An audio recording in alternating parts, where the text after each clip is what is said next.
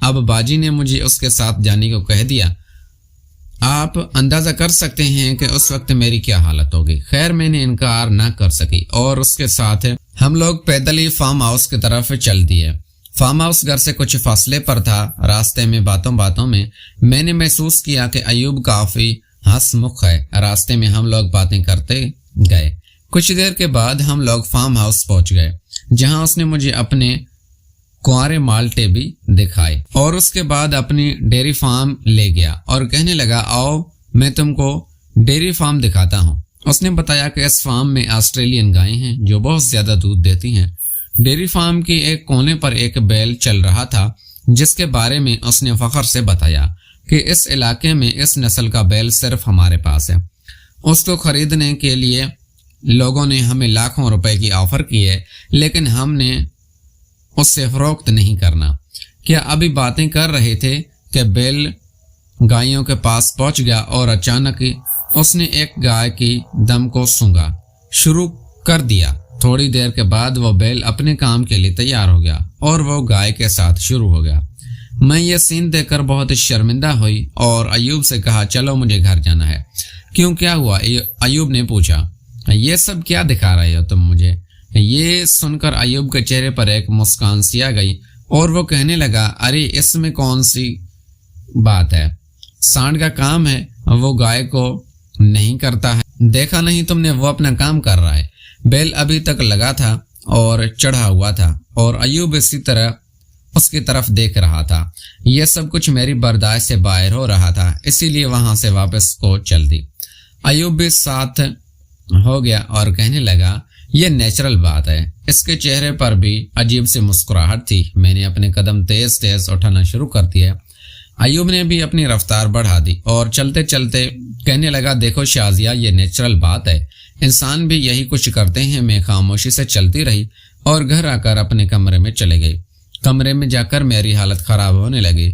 صبح ایوب کو اس حالت میں دیکھنے کے بعد بیل اور گائے کا لائیو شو دیکھ کر میری ٹانگیں کانپ رہی تھی۔ مجھے نہیں معلوم کس وقت مجھے نیند آ گئی۔ دوپہر کے وقت باجی نے مجھے اٹھایا۔ میں نے دوپہر کا کھانا کھایا اور شام کو فاروق بھائی کے بھی آ گئے۔ ہم لوگوں نے مل کر کھانا کھایا اور اس دوران فاروق بھائی کہنے لگے شازیہ یہاں کی زندگی بھی عجیب سی لگے گی تم کو۔ یہاں لوگ صبح سویرے اٹھ جاتے ہیں اور رات کو جلدی سو جاتے ہیں۔ کھانے کے بعد میں اپنی اور باجی فاروق بھائی کے ساتھ اپنے کمرے میں چلی گئی، جبکہ ایوب باہر نکل گیا۔ شاید وہ سگریٹ وغیرہ پینے کے لیے باہر گیا تھا۔ میں اپنے کمرے میں آ گئی۔ ذہن میں صبح والے سارے سین چل رہے تھے جس سے مجھے ہوشیاری آ رہی تھی۔ میرے جسم میں عجیب سی بے چینی ہو رہی تھی۔ کچھ دیر بستر پر لیٹے سونے کی کوشش کرتی رہی لیکن نیند نہ آئی، جس پر میں نے سوچا کہ باہر چل کر تازی ہوا میں کچھ دیر چہل قدمی کرتی ہوں۔ یہ سوچ کر میں اپنے کمرے سے باہر آ گئی۔ گھر کے چاروں طرف برے آمد تھا جس میں تمام بلف آف تھے۔ میں برے آمد میں چہل قدمی کر رہی تھی کہ باجی کے کمرے کی کھڑکی کے پاس پہنچی تو اندر سے کچھ آوازیں سنائی دی، جس پر میں کھڑکی کے پاس ہی رک گئی۔ کمرے کے اندر نیلے رنگ کا زیور کا بلف چل رہا تھا۔ میں نے دیکھا کہ فاروق بھائی بیڈ کے پاس کھڑے ہیں۔ انہوں نے دھوتی پہن رکھی ہے جبکہ میری باجی بیڈ کے اوپر بیٹھی ہوئی ہے۔ انہوں نے شلوار قمیض پہنی ہوئی ہے۔ فاروق بھائی نے باجی کا بازو پکڑ کر ان کو اٹھایا اور کہنے لگے میری رانی آج تو بہت خوبصورت لگ رہی ہو۔ باجی نے کہا آہستہ بولا ساتھ والے کمرے میں نازی ہے، وہ سن لے گی۔ فاروق بھائی بولے وہ سو گئی ہے، تم اس کی فکر نہ کرو۔ پھر وہ پیار کرنے لگے اور میں چپکے سے اپنے کمرے میں آ گئی۔ اگلی صبح میں واک کے لیے نکلی تو اسی جگہ جا کر رک گئی جہاں کل ایوب کو نہاتے ہوئے دیکھا تھا۔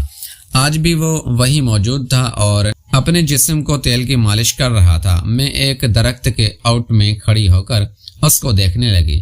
اس نے جسم کے بعد اس نے نکر میں ہاتھ ڈالا اور اندر بھی تیل کی مالش کرنے لگا۔ اس کے بعد اس نے نہانا شروع کر دیا۔ آج اس نے نکر نہیں اتاری تھی۔ میں گھر لوٹ آئی اور ناشتے کے بعد کمرے میں آ گئی۔ اس رات بھی کھانا حسب معمول جلدی ہی کھایا اور اپنے کمرے میں آ گئی۔ مجھے نیند نہیں آ رہی تھی۔ تھوڑی دیر کے بعد میں باہر آئی اور اسی کھڑکی کے پاس کھڑی ہو گئی جہاں سے فاروق بھائی کی آوازیں آ رہی تھی۔ آج بھی ان کا کام جاری تھا اور میں ان کو بغور دیکھ رہی تھی۔ میں اس وقت کافی ہوشیار ہو چکے تھے۔ اچانک مجھے محسوس ہوا کہ میرے پیچھے کوئی کھڑا ہے۔ میں نے مڑ کر دیکھا تو ایوب میرے پاس ہی اندر کا منظر دیکھ رہا تھا۔ میں نے اس کو دیکھ کر بھاگنے کی کوشش کی لیکن اس نے مجھے پکڑ لیا اور ایک ہاتھ میرے منہ پر رکھا کر مجھے تقریباً اٹھاتے ہوئے میرے کمرے میں لے کے آیا اور کمرے کا دروازہ بند کر دیا اور بولا، کیا دیکھ رہی تھی؟ میں شرم سے مری جا رہی تھی۔ میں نے اپنے دونوں ہاتھوں سے اپنے منہ کو چھپا لیا۔ چند لمحے بعد ہنستے ہوئے بولا، اور میں شرمندہ ہونے والی کون سی بات؟ تمام مرد اور عورت یہ کام کرتی ہیں۔ مرد کا کام ہی اپنی عورت کا خیال کرنا، اور اب ایسا ہی خیال میں تمہارا رکھوں گا۔ میں تو حیران ہوئی اور ایوب سے کہا، یہ کیا بدتمیزی ہے؟ تو وہ میرے پاس آنے لگا۔